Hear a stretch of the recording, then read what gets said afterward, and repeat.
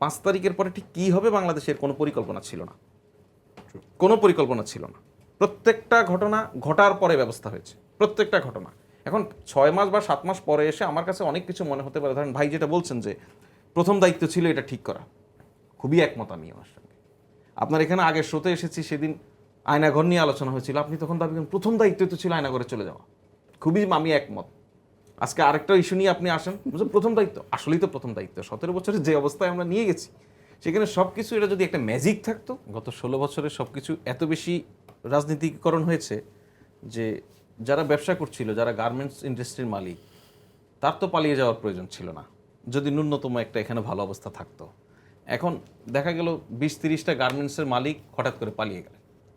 এখন এই ইমিডিয়েট যেই মেকানিজম, এগুলির দায়িত্ব নেওয়া, সে তো পুরা 3 মাস 6 মাস বেতন দিচ্ছে না, তার শ্রমিকরা ভেঙে পড়ছে, এগুলির মেকানিজম কি হবে? এই যে ইমিডিয়েট একটা ধাক্কা, একটা টোটাল ইকোনমির ওভারঅল যে বিশৃঙ্খলা, তার সঙ্গে নতুন বিশৃঙ্খলা যুক্ত হচ্ছে। যত যাই খারাপ অবস্থা থাকুক, একটা প্রতিষ্ঠানের মালিক আছে, মালিক থেকেও যদি বলে তোমরা থাকো, আগামী মাসে তোমাদের বেতন দিব, হয়তো 3 মাস পরে তার বেতন সংক্রান্ত অসন্তোষ হবে, কিন্তু মালিকই যখন পালিয়ে যায় তখন তো শ্রমিক একদিনও আর অপেক্ষা করতে চাইবে না।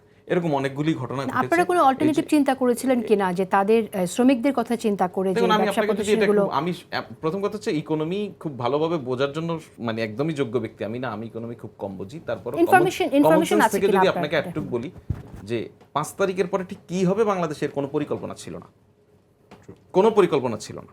প্রত্যেকটা ঘটনা ঘটার পরে ব্যবস্থা হয়েছে, প্রত্যেকটা ঘটনা। এখন 6 মাস বা 7 মাস পরে এসে আমার কাছে অনেক কিছু মনে হতে পারে। ধরেন ভাই যেটা বলছেন যে প্রথম দায়িত্ব ছিল এটা ঠিক করা, খুবই একমত আমি আমার সঙ্গে। আপনার এখানে আগের শোতে এসেছি, সেদিন আয়নাঘর নিয়ে আলোচনা হয়েছিল, আপনি তখন দাবি করেন প্রথম দায়িত্ব তো ছিল আয়নাঘরে চলে যাওয়া, খুবই আমি একমত।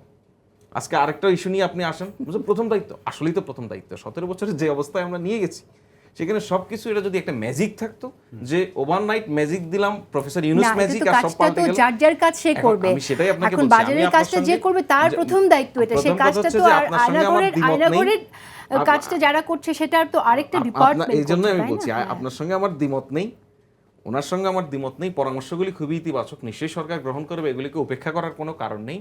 দুর্বলতার যে জায়গাটা, যেটা বাস্তবতা, সেটা বললাম যে 5 তারিখের পরে বাংলাদেশে কি হবে এটা 5 তারিখের আগে কোনো পরিকল্পনা হয় নাই। এবং যে মানুষগুলি সরকারের দায়িত্বে এসেছেন নানানভাবে, ওনারা বারবারই একটা জিনিস বলেছেন যে আমরা এই কাজের জন্য আসলে পরীক্ষিত কোনো মানুষ না, এখন আমরা করতে করতে শিখছি, আমাদের অভিজ্ঞতা দিয়ে করছি, যারা অভিজ্ঞ তাদেরকে সম্পৃক্ত করার চেষ্টা করছি। এটা একটা ইতিবাচক মনোভাব। আমার মনে হয় অনেকগুলিতে পরিবর্তন এসেছে। আপনি যদি উনি এটা খুব ভালো বলবেন, উনি খুব ভালো জানবেন যে ইকোনমিক যে সূচকগুলি, আমি এগুলি কম বুঝি, আগে বললাম, সূচকগুলিতে কিন্তু আমাদের এই যে ইনফ্লেশনের বাইরে যদি বলেন, আর অন্যান্য সকল সূচকে কিন্তু একটা ইতিবাচক ধারা এসেছে। এটা উনি আরও ভালো বলতে পারবেন। আমি বললে মনে করবেন সরকারেরটা চাপায় দেওয়ার চেষ্টা করছি, বুঝি, তা না। এবং ইনফ্লেশনটাও আমাদের এই যে এবার যে উনি যেটা স্বস্তির কথা বললেন, দ্রব্যমূল্য নেই, এটা যদি ঠিক থাকে এবং আর 1 মাস এই রমজানটা যদি ঠিকঠাক থাকে, ইনফ্লেশনটা কমে আসবে, ইনফ্লেশন রেটটা কমে আসবে।